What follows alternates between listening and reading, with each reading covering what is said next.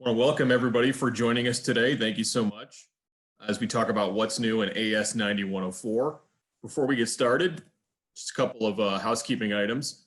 My name is Scott McDonough. I'm the Director of Sales and Global Marketing with Smithers Quality Assessments Division. You'll notice the chat has been disabled for this webinar. Please feel free to use the Q&A button to submit your questions to be answered after the end of the presentation. Once you exit the webinar today, we do have a brief survey that you'll be directed to. We'd certainly appreciate your feedback if you wouldn't mind taking a couple moments to do so. Our presenter today is Darrell Taylor. Darrell is the corporate lead for Raytheon Technologies, Quality Management Systems, Maintenance and Integration. And with that, let's go ahead and get started. Thank you. So I'm going to go to my next slide and give you a real quick background on who I am. I'm currently the corporate manager or lead for the newly merged Raytheon Technologies company. I oversee the quality management systems for Pratt & Whitney, Collins Aerospace, and the newly formed Raytheon Missiles and Defense and Raytheon Intelligence and Space programs. I've been active in the industry now for close to 13 years, and you can see on my list of things that I've done. I'm currently the Other Party Management Team Vice Chair. I'm the past chair of the Registration Management Committee and current Database Committee Chair. I'm also the Sector Document Representative for the Americas for AS9104, and I am an AEA. So I've been asked to talk to you a little bit about what's happening with AS9104/1. If you are a voting member of the AAQSC, you probably just got notification. We have just finished the final ballot version of the standard, and on June 26th, we kicked off the ballot process. Ballot process will take about 4 months. We have until July 3rd in the Americas. Europe has a 3-month process to pull this together. But it has been a long journey on getting to here. The document was due for review in 2017. And we kicked off the process in 2017. We spent a year collecting data. Some of you participated in that process by providing information to us at multiple meetings held across the world, and a lot of SWOT exercises were completed, pulling together a lot of data. By early 2018, we analyzed all that data and kicked off the initial team to rewrite the standard. And here we are today. We're now at the final ballot. So let me give you a little bit of background on why we were doing this. Clearly, the standards have changed. When AS9104/1 was released back in 2012, a lot of things have happened in that time frame. For starters, 17021-1, which governs certification bodies, has been updated and was updated in 2015. 17011, which talks about management of the accreditation bodies, was also updated in 2017. The mandatory documents which form a foundation for 9014 were also updated. And not to pick on where they were when they released this back in 2012, it was appropriate for that time frame. The aerospace industry has had a significant influence on the standards. We've had an influence on 17021, 17011, and the mandatory documents. We have representatives sitting on most of these committees and influencing where they are today. And because of that, we are at a point where we can do some things in simplifying our 9104/1 document. This is kind of our mantras at the bottom, and really very early on we coined this phrase. This process is all about putting competent auditors at the appropriate location for enough time to do a value-added audit and put together a value-added report for the entire industry. So when we started off this process and started looking at all the data that we had collected, and when you look at this document, you're going to find this is a total rewrite of the document. This is not a bunch of editorial updates. There is significant changes in this document from where we were in 2012. We've talked a little bit about this already. Probably one of the most significant changes is our structures are going back to what we call back to the basics. We are dropping the complex several site and campus structures and going with what the rest of the world does, and they use single site and multi-site.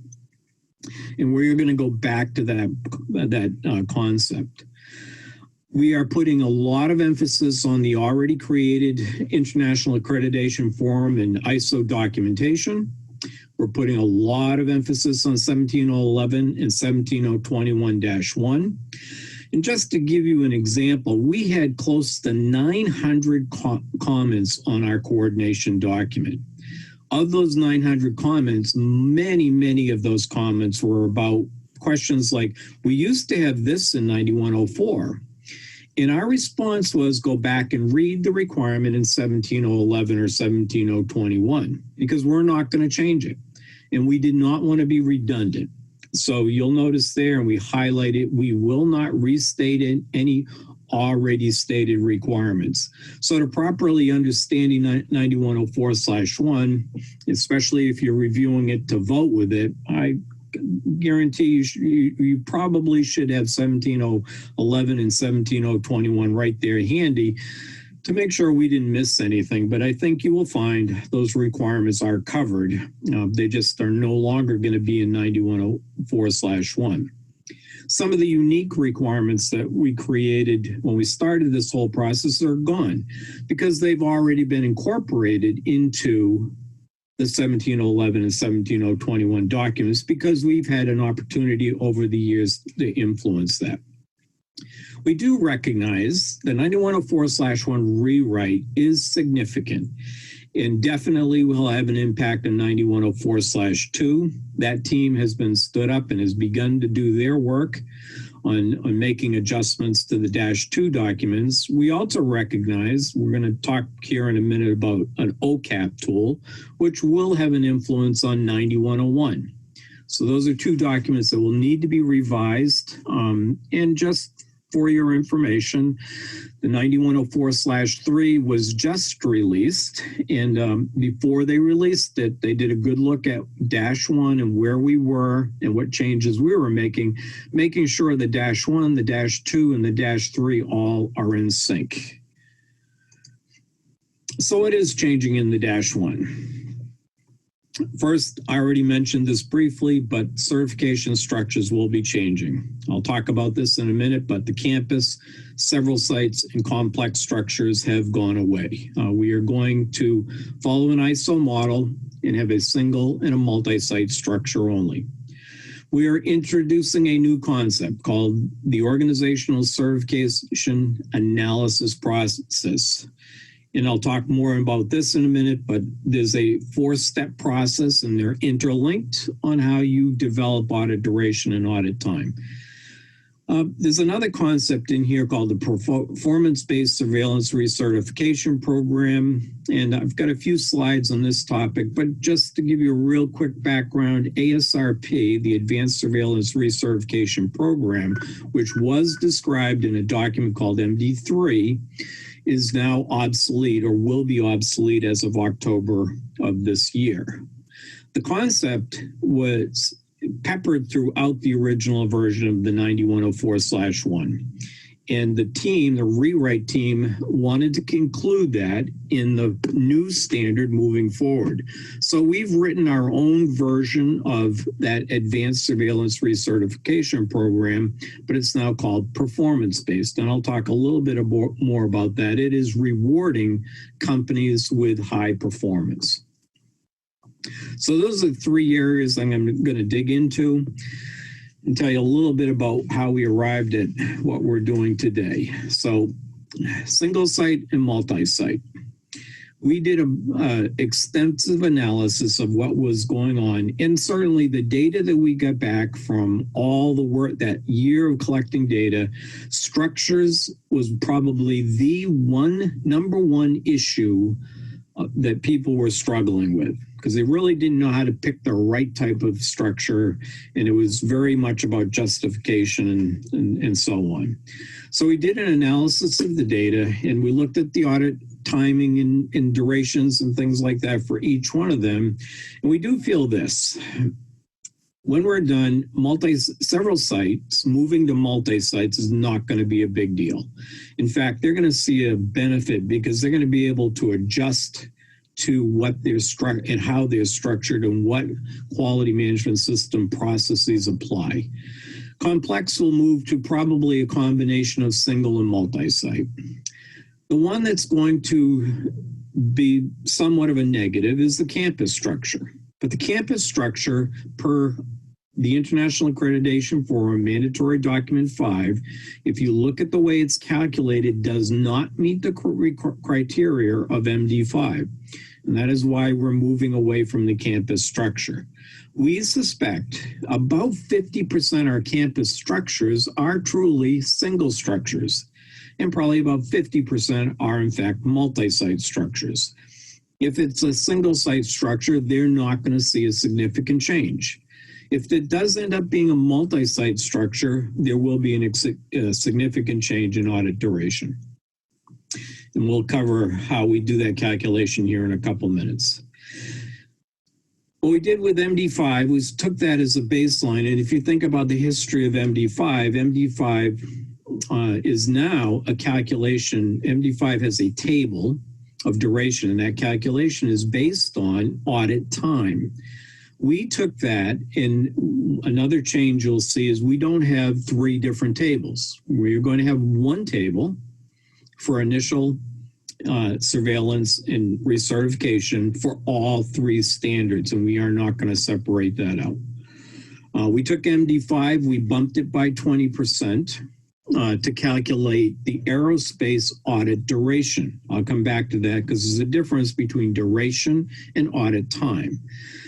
And that will give us the flexibility to move time around to what's appropriate for that particular site. We'll demonstrate that in a couple slides here.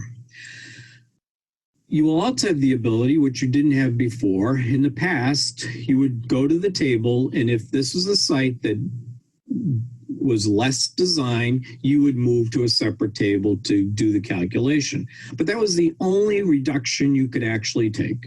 It was full quality management system. So hypothetically, if you had an engineering site that didn't do any manufacturing, you still had to take the time for a full quality management system audit. That is changing. We are allowing you to flex a little bit and allowing you to take time away if they're not doing manufacturing and away for engineering. Some of these multi-site organizations don't have things like they may do control of documentation centrally, or they may do supply chain out of one location. In the past, you were not allowed to take any reductions for that. You will be allowed to take the reductions in the future. It changes audit duration. The OCAP tool will change audit duration, gives you a little bit more flexibility in meeting the requirements of your client. Let me talk a little bit about the OCAP tool. This is a process that you go through. Let me start by saying the OCAP tool, there is a tool that will be made available, and currently the IT people working for the AAQG are beginning to think about this OCAP tool. We currently have it in an Excel spreadsheet, and I will do a demonstration at the end of this presentation of how that works. But we are hoping to move that into a much stronger platform. We have recognized when we transfer that file over and it gets changed into another language, there are some difficulties with the algorithms running correctly, and we're trying to firm this up so that type of issue doesn't occur. But currently, we do have a very strongly developed Excel spreadsheet that will describe this entire process and walk you through it. And certainly that is available now. If you'd like to see it and see how everything's going to work, it is available. In there, you're going to find we start off with organizational context. One thing the team worked on, and we want to be very clear about what standard should they be working to. Our data shows that There are some sites out there that are certified as AS9100 and probably would be better served if they were AS9120s. There are also some AS9120s that actually should be AS9100s. We want to be very clear on what standard they should be working with.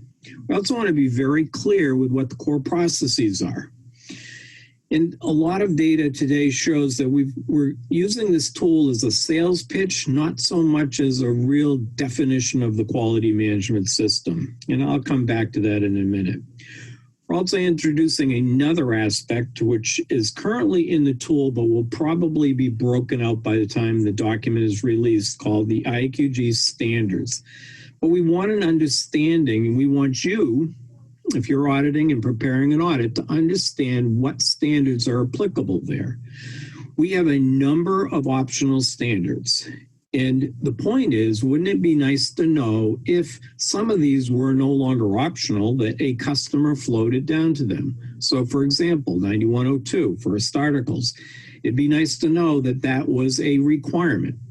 And as an auditor, it's something you can follow up on when you get there.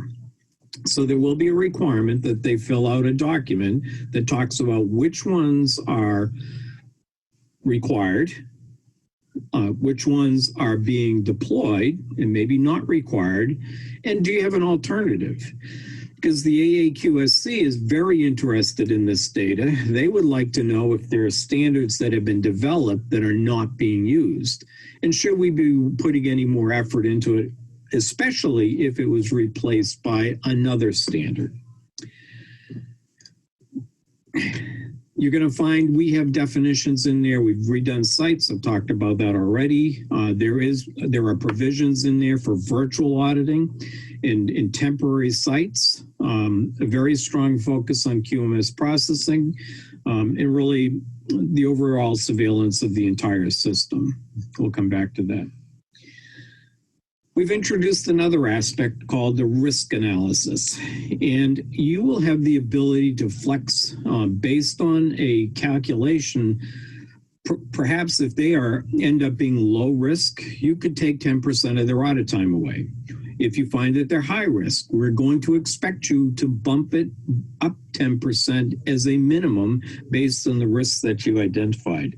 And we have a whole mechanism to go through and do that calculation based on organizational performance, how complex of a site they are, what are their customer satisfaction ratings, and then this risk analysis. Audit time, we put a lot of emphasis on in the past. The old version of the -1 talked a lot about audit duration. We've changed our language. We're now aligning with MD5, and we do talk about audit time. Audit duration is a subset of audit time. So we do talk about what is expected on-site, what is expected off-site. We use the MD5 as a baseline to do that calculation, but planning, report writing, the actual auditing are all components of audit time. I have another graphic to kind of pull this all together for you in a minute. So let's start with organizational context. We made the statement in the standard that we want scope statements to be very, very clear on what QMS processes they have. Some of our QMS statements have turned into sales pitches. And the reality is a certification in OASIS is not the greatest place for a sales pitch. So we want it to be very, very clear. Do you do manufacturing? Do you do design work? Is this a repair facility? Is it distribution? Do you have servicing? Do we have testing? And be very, very specific with our words in our scope statement so it's very clear. It's very difficult when you pick up a certification and there's a lot of sales jargon in there. And at the end, you can't tell, do they do engineering? And many of our scope statements today do not meet that criteria. The organization is going to be required to provide a number of data points for you prior to the audit. So part of this audit time calculation means you're going to have to do some planning and planning before you get to go to do the audit. So we're asking the organization to provide you with the information for on-time delivery. to provide you product service ratings. You know, how are they performing? What are their customers thinking? And are there any customer complaints? There was quite a debate over the pairs and who's responsible for filling out the pairs. And that came out of our data analysis. And we're saying that the front end of a pair should be completed by the client or the organization being audited. They have all the information to do that correctly and understand the interfaces, and they should be doing that particular task, including identification of the KPIs, which you're going to need as part of your analysis. I already talked a little bit about this, but the organization shall complete the AAQG standards matrix. And right now we've opted to go to a blank one, but you can see in my little example at the bottom, I pointed to the FOE 9146 document and first article 9102.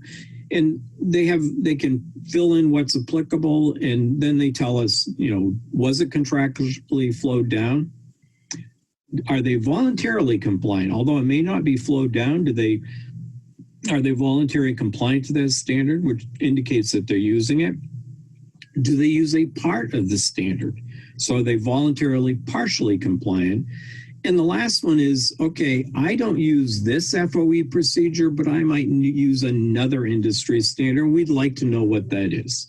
Because again, the AAQSC may come back and go, why are we wasting our time when it's already covered in another standard? But this also helps the auditor do their plan, because they'll get a flavor for what the customer is flowing down to them and what standards they may want to look at when they're doing their audit. The next step is the certification audit program. And we talked a little bit about this already, but is it a single or is it a multi-site? We are giving some flexibility. One of the examples that I hear quite a bit is I have a warehouse that has 0 people, but it happens to be 3 doors down from the main facility. Do I have to call that a multi-site? Well, moving forward, the answer is no. If you have a warehouse that has 0 people in it, it might be a case that you pop in, you know, and check it. As an auditor, you want to be able to go in there. There are a number of requirements, but you can call that as part of or a satellite of the original site. And there will be a way to manage that information so that it's clear. When the customer wants to know the address of the site on a certification, that's sort of an indication that they're doing more than just putting things in a warehouse and occasionally going off to pull it out and bring it back to ship it to a customer. But we will have that flexibility. So some of these multi-sites that weren't actually multi-sites will now be called single sites as we accommodate that type of arrangement. You need to identify the AQMS that's applicable. For early on in the program, you need to identify by site the number of seat people for each one of those sites to do the calculation. And what type of audit? Where are we in our certification cycle? Is this an initial audit? Is it a surveillance audit or recertification? Each one of those drives a different calculation based on MD5. There's a number of charts and a tool to help you do a risk analysis. And some of the areas that we're looking at in this risk analysis is on-time delivery, which should be provided in advance. Do they meet the customer requirements? Are they achieving it, or are they way above it, or are they below? These are some of the things that they're going to have to provide you. And as an auditor, you're going to go validate. What are the customer ratings? I mean, how are they performing in their rating systems? A lot of big OEMs provide information which will help the organization pull that data together. Do they have any customer complaints? Are there complaints about their quality management system? What are their objectives? What are their goals? And are they meeting those goals? The pair KPIs, we're actually putting more value in those because we're giving you an ability to see those early in the audit. So in your audit plan, you might say, hey, they're not meeting these KPIs. That's definitely an area I want to go look at. The other thing we've done is, if you're familiar with the risk analysis in the pair, theoretically, only one number meant anything. It was a 5-point scale. And if you got a 1, you got a major. But if you got a 2, 3, 4, or 5, maybe an indication, but it did not drive the behavior. We're trying to put more value in that. What we're asking you to do is go look at the last report. You find the pairs and you find the lowest scoring pair to go into your risk tool. So if they got a 2, they're going to be below what the expectations are for that particular category. The other thing we look at is the complexity of the site that you're auditing. This table in the bottom left-hand corner, called the relationship between organization, complexity, and audit duration, is a table that was pulled from MD5 and slightly modified. We've assigned categories of low, medium, and high in the center of it, and redefined a little bit of the explanation on the left, but where do they fall in this matrix? And you put that into your tool. The other one is an internal audit program. And what we're asking is you evaluate their internal audit program and determine whether or not it's a high performing program. So for example, if you have a company that has an internal audit program and they do a full quality management system audit every year, one of the terms in here is it is not event-based, meaning that they evaluate the risks and they're adjusting their audit program based on how the performance is taking place in the company and reacting to change in the company and switching their program up to go meet these high-risk areas. An average audit program may do a full QMS annually, but it's an event. And they're going to fall in the medium category. And if they have a program that doesn't do a full QMS, that breaks it up and the auditors aren't properly trained, they are going to end up in this low performing audit category. So between performance and characteristics, we create a risk analysis that ultimately will give you the ability to go, I need to add 10% because they're high risk, or delete 10% because they're low risk.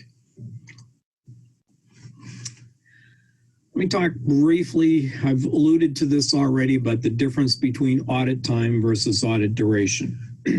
You can see in my chart here that audit duration is dead center. It is everything that you do on site. It's that opening meeting all the way to the closing meeting. One of the things we're going to allow is a little bit of report writing on site. Historically, that's never been an option. But if you were to say spend an 8-hour day and you want to spend half an hour to an hour and you put that in your schedule and spend that time at the end of the day to do that, that is accepted. It has not been accepted in the past because you exceeded the 8-hour day requirement. But the reality is you can now incorporate some of that in there. And as long as we stick by the principle of 8 hours of auditing, that type of information will not be used against you. The audit time is, as I said earlier, everything from planning all the way through to the end of report writing, including management of the corrective actions. That is audit time. So we're expecting that 20% bump from audit duration is going to be a requirement to incorporate what you need to do for all that context of the organization, planning activity, and at the end doing all that report writing activity. Just a reminder, report writing was one of the issues that came out of all the data collection because there were some auditors out there that really weren't being recognized the amount of time that they put into report writing at the end of their process. Our entire system, we initially calculate on audit duration, but then we bump it to audit time. So we've covered the whole spectrum of what the audit is all about. So I already talked a little bit about audit time here. There's a quick summary. When you get to that category, you're going to, in the OCAP tool, we're going to look at, what is the certification structure that we're looking at? Can you justify the structure? My example of the warehouse with nobody in there is where you would justify that, and you would put that at the bottom of the document and just say there is a remote warehouse that we did visit. You may want to add a little travel time to get over there to that warehouse, wherever it is, but you can cover that and still call it a single site. Let me give you one more example. Some large OEMs do testing, and they may do testing off-site. They're not shipping anything from that site, but they ship it out. They have testing done in that facility, and then it comes back. So again, it may not be a multi-site. It still may be a single site. They just have this room that has been separated from the main site, and you can capture that in your justification and call it a single site. Be very clear on whether you're doing an AS9100, 9110, or 9120. Again, when we looked at the numbers, when the rewrite team looked at the numbers, why we went to one table, the 9100 and 9110 were not significantly different. The 9120 was a little bit lower. Then when they rewrote 9120, we looked at the amount of shells and what got incorporated in there, and we justified moving it up to the same or equal value of 9100, 9110, or 9120. That's how we got to one table. We also recognize in 9120, most of your distribution sites will probably take an exception to design, which puts them right back to where they were before for audit duration. So we recognize that phenomena is going to take place, but it became very simple to work with one table. And that's where we landed. So to do the calculation, you need to know the number of people by the site for a multi-site certification, the type of audit you're going to do. And you're going to see this in the tool here in a minute. Process-based surveillance recertification program. This replaced ASRP, and if you recall, in the old standard, we had a category 2 for multi-site certifications. This is that old category 2, and if you look at the second paragraph, the 8.6.3.6, it mirrors what was in that category 2. And for the record, only 2 companies in the world actually went off and did this category 2 application. We are hoping that more companies will take advantage of this, because what in paragraph 1, we're emphasizing that this is an ability to reduce your certification body audit time if you are a high performing company in meeting all the requirements and exceeding all the requirements necessary to be a high performing company.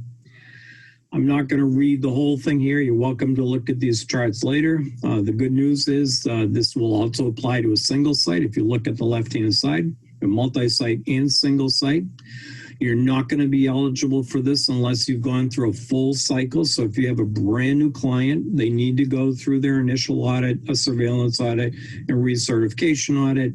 And if they qualify for this PBSRP, then you put them through the questions to make sure they do meet all the requirements for that. And you can see in this chart, if you go over to the right, if you're a single site, you're going to, you can take an extra 33% reduction on your audit time. If you're a multi-site, you're going to meet that category 2 multi-site that we have today, where you do a third of the sites every year, all sites within a certification cycle. So let me just show you some of the details to get there. It's a little bit of an eye chart, but this was an initial version. It probably will get wordsmithed between now and the ballot, but this is what we have in there. We had in there a couple months ago. On the left-hand side, it tells you what are the rules to even participate in this type of program. And you can see in there some of the things I've already covered. You have to go through a full QMS cycle. You have to do the OCAP tool. The OCAP tool has to be done every year for every site. And you can read through here, you have to have an AEA. Whoever's running that audit program needs to be qualified as an AEA. They don't need to be certified, but they have to meet the experience requirements, and they have to be been through the training to be an AA. The auditors need to meet the AEA trained requirements. There are a number of recording requirements in here that you need to meet, and if they meet all those, you can put them into the PBSRP program. In the middle, Exhibit 2 will tell you what happens if in that following year. They met the initial, Now we're into their second year. What are the things you need to do? And there's a number of data points you need to pull here to go evaluate and make sure that they're still in compliance, including the last one is reaffirm they still comply with everything that they did in the initial one. We've also given some direction in Exhibit 3 of what happens if they don't meet the requirements. And what do you do in that case? So, if they're suspended, they're not eligible for PBSRP. You pull them out of the program and you put them back on a normal system, and so on down the line. If they have certain failures, they might end up being audited 2 years in a row to get them back in line, but they can still stay in the program. And there are some rules in there, and we've laid that out for you in these 3 exhibits. These will be available in the -1. And will probably be tweaked a little before it's actually released, but this is essentially the framework for how PBSRP works. So where are we today with the document? The document is out to vote. It will be available for, it's currently available and should be voted on within the next 4 months. So let me do a quick demo. Okay, when you open the tool will be made available in Oasis as a tool that you can pull down and work with. It is available today for anyone who's interested to see it, but you should open the tool and it will come up to what we call a dashboard. In the dashboard, you'll see in the top left-hand corner, we've captured all the concepts I've discussed earlier. The organizational context, the certification audit program, the AQMS risk analysis. You can see we've got a give and take between those categories, and ultimately you will calculate the audit time. Over here on the right is a brief instruction of what you do if you have a single site and what you do if you have a multi-site. We spent a lot of time putting instruction panels in here to try to make this a little bit easier. So let me go over here to the left where I have instructions. We have a number of other tools you can go look at. So for example, we're going to click on this button, and this puts it in a flowchart format. So if you're used to working with flowcharts and you want to answer yes or no questions, this will walk you through the process, whether you're a single site up above here or a multi-site down below. Other instructional tools, we will have the Appendix D, AS9104/1. This entire process is laid out in Appendix D of the new standard. The current version in here is the old draft version, but when it gets released, we will replace this with the released version of the D, and that will also be available for you to follow this process through. We have another section which briefly describes some of the categories and gives you some rules. So for example, if you come down here to line 14, we have use of translators, and that's really up to you to determine. If you use translators, how many and how much time. And that field, when you go in there, is a free field. You can pretty much put in whatever is appropriate to do the job. But we've got some of that laid out here, so you can, if you have a question about a field, I recommend you come over here and take a look at it. I mentioned earlier the standards matrix. We have a copy of it here. The point, by the time the document is released, this will probably moved out on its own and probably be a link in Oasis where they can go populate this, but this is where they document, I work to a foreign object damage procedure, 9146, and I'm either compliant, partially compliant, voluntarily compliant, or I use something else altogether. Again, this is information to be collected for the AAQSC and to assist the auditor when they do the audit plan. This red button right here, this red section here, must be completed first before you go do anything else. And that's why it stands out in red. So you're going to come over here and you're going to populate the name of the facility you're going to look at. In the end, you're going to be able to come back to this page and you will see a summary of how the audit day is calculated. So when you're looking at a multi-site, this becomes very valuable because you can see what the separation is by site. But in my example, I'm going to use a single site. I'm going to call it a single site. And we're going to carry that forward. That will carry forward in the headers so you don't have to repeat it every time, and we'll keep everything synced. So let's look at a single site. First thing I want to do is look at the program. So I'm going to come in here and you can see single site get carried over. The additional information is really optional for the certification body or the auditor to fill out. It's really their record of what they're doing. So you may not need to capture the address, but we have a spot for it. We'll cover the type of standard, but you probably want to put that in there. Again, when did you put this tool together? And if it's helpful to you, there's a spot here to put in a brief description of what the site's all about. So in my example, I'm going to start and we're going to say we're going to put 500 employees into this single site organization. And you come to, and you can see it's already started to calculate what the timing should be. And this particular one is going to be, we're going to make this a surveillance audit. And you can see it's already been automatically calculated. Again, it takes MD5's table, bumps it by 20%, and does the calculation of how much audit time should be there. The next question is asking you is risk assessment. So let's go take a look at this. So we have a single site risk assessment, and all those categories I talked about in the presentation are here. There are things here, like we say, on-time delivery, organization to define. That's very difficult for me to sit here and say everybody should be at 95%. There are some unique situations that are appropriate. So the organization needs to define that, and probably done in conjunction with their customer. Let's go over here. Let me squeeze this a little so you can see it. But you come in here and you say, okay, did they meet? Have they exceeded their requirements? Let's say they define it as 95% on-time delivery, and you will look at the data and they're at 95%.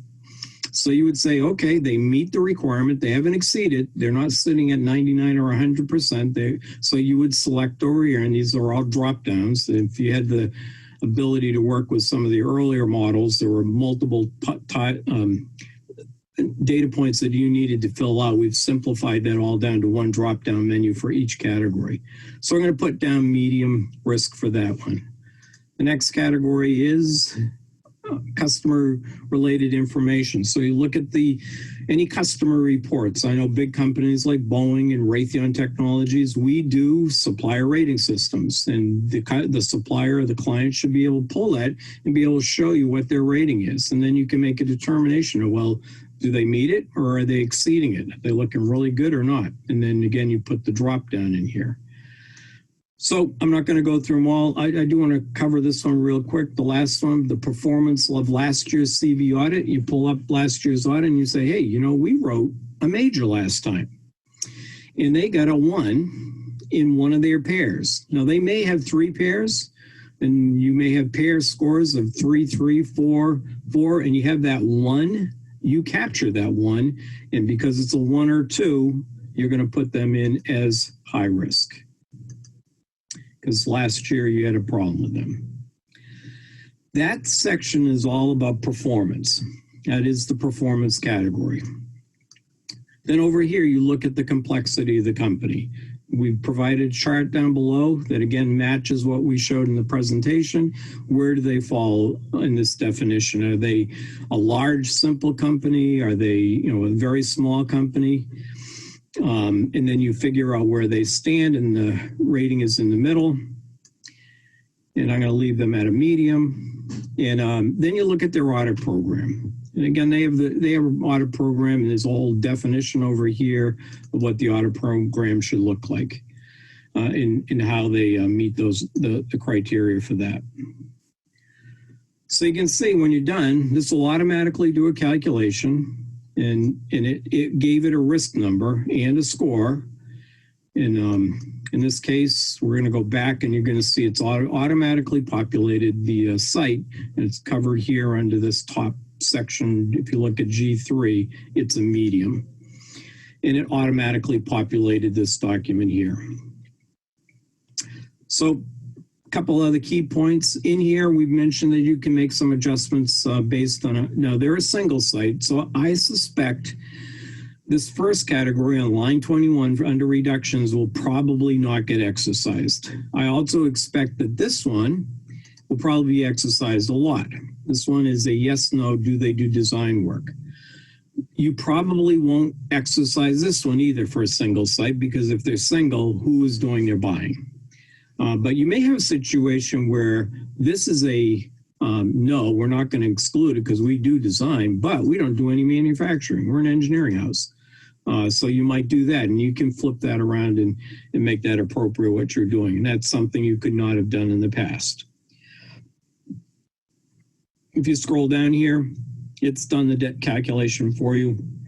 Just so you know, just so we don't violate MD5, we do not allow you to go below 50% of the calculation compared to MD5. That way we do not violate the rules of MD5 and the ISO requirements. So down here you have a section for adding in translators. If I have to add additional time to do corrective actions, I can do that here.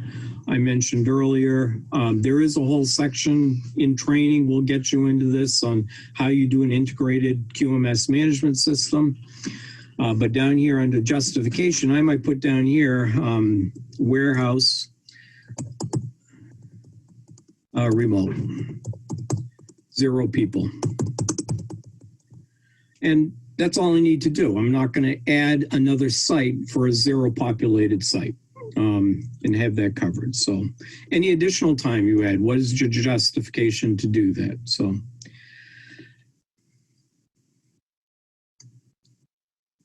when you're done, you should be able to go back to the dashboard and back to the sheet, and you can see the time, minimum time that we're looking for the calculation is now 5.5 days to do that single site. For the sake of time, there's a lot of additional things in here. The multi-site is far more complex, but we have it set up so that you can go, you can capture a lot of information in here. So you can see here for a multi-site, you're going to do a central function analysis with a risk analysis. You can look at PBSRP. There's a whole table that you have to fill out for that and what you have to do annually. This is set up for 45 different sites. So you can just go 1 through 45 and it will all get captured in this one sheet. There's an integrated management strategy for calculation, and there's an aid to help you do that, incorporate that as well. It will all be captured in this one document. So again, let me just wrap this up by saying the tool's available. You're welcome to take a look at it. If you have any questions in the interim, feel free to contact me. This tool will be made available when the time comes, and hopefully we have it in a little bit stronger platform than Excel, but this tool will be made available to do all the calculations for you. And now that's all I have. I will open it up to questions and answers. Thank you, Darrell. Great presentation. So let's go back to our intro deck and move over to our question and answer session as we wrap up today. Again, if you have a question, please feel free to use the Q&A button at the bottom of your screen to enter those. We do have some that came in during the presentation, Darrell, so why don't we take a look at those.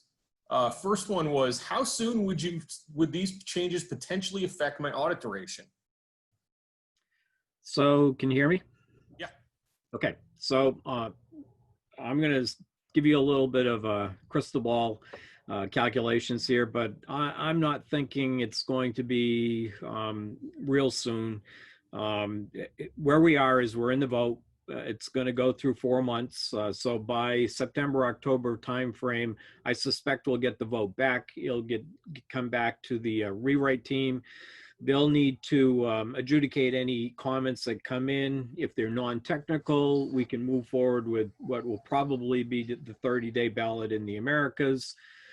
So I'm thinking January, February timeframe of next year. And then the publication process is really 2 to 3 months. So our best path right now, I would think this may be available by the middle of 2021. Now, there is an implementation plan that we begun to work out. And really what it's going to be, once it's released, you really almost have 3 years to implement it. It's really as you go. So every time a site comes up for a certification, you need to be deploying this tool and beginning to adjust them to match up to 9104/1. So I'm thinking, I don't think we'll even start till the end of 2021, early 2022. I'm thinking probably middle of next year, we'll start. I mean, in this 1 hour or 45-minute presentation, there is a lot of information. There's a lot that we didn't cover in here. There will be classes on how to deploy this and how to make it work. So I'm thinking, yep, the client probably won't see any changes till 2022. Great, thank you. Next question. So as an auditor, would you require the auditee to complete the PAIR and AAQG matrix? Can you go over what PAIR stands for and represents? Sure.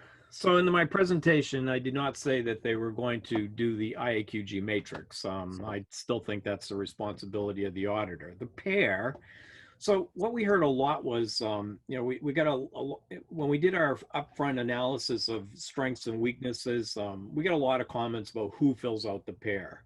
I do think if you look at a PAIR, and by the way, the title is Process Effectiveness Assessment Report, ultimately it's all about the auditor. This is where your objective evidence is going to get captured for those core processes. Sections 2 and 3, the header is probably still the auditor, but sections 1 and 2 are all about the client. I mean, that's where they define what their interfaces are, what their relationships are, and the section 2 is all about the KPIs. So they need to provide all that information for you. So my recommendation is going to be, when we roll this out, is, and just so you know, we are working with the 9101 team as well. But when we implement this, I'm recommending that you send that in advance to the client and say, okay, I need you to complete sections 2 and 3 as part of the pre-planning work. You need to see what those KPIs are saying, because you may look at it and go, wait a minute, they're not hitting any of the KPIs. And that is part of your risk assessment. Certainly section 3 and 4 are all, that's where you're capturing your data. So it's really a joint effort. You need to do all that data. They're not going to do that in advance, obviously. Great, thank you. Next question. Is there a distance maximum that allows us to still be considered a single site versus a multi-site? Nope. We did not put a distance in it. Essentially justify what you're doing. And in fact, I had a feedback probably 3 weeks ago, and I used my example here. Somebody called me up and said, hey, I've got a warehouse. There are 0 people in here. I am spending way too much time auditing this, and I'm calling this a multi-site. And I went, in reality, it's not a multi-site. The full QMS is done in another building. They just happen to store a bunch of things in a warehouse. And to be honest, as long as you allow time for travel, if it's a long distance, even if it's across time, allow for that time, you can still call it a single site. It's one QMS, and this just happens to be a remote warehouse. So we did not put a distance requirement in here. We tried to stay away from the arguments that took place back in the early phase of 9104/1. So. Thank you. Looks like we have the final question here. Is there a document to define all of the acronyms described in the standard? For example, PB, SRP, AAQG, PAIR, etc.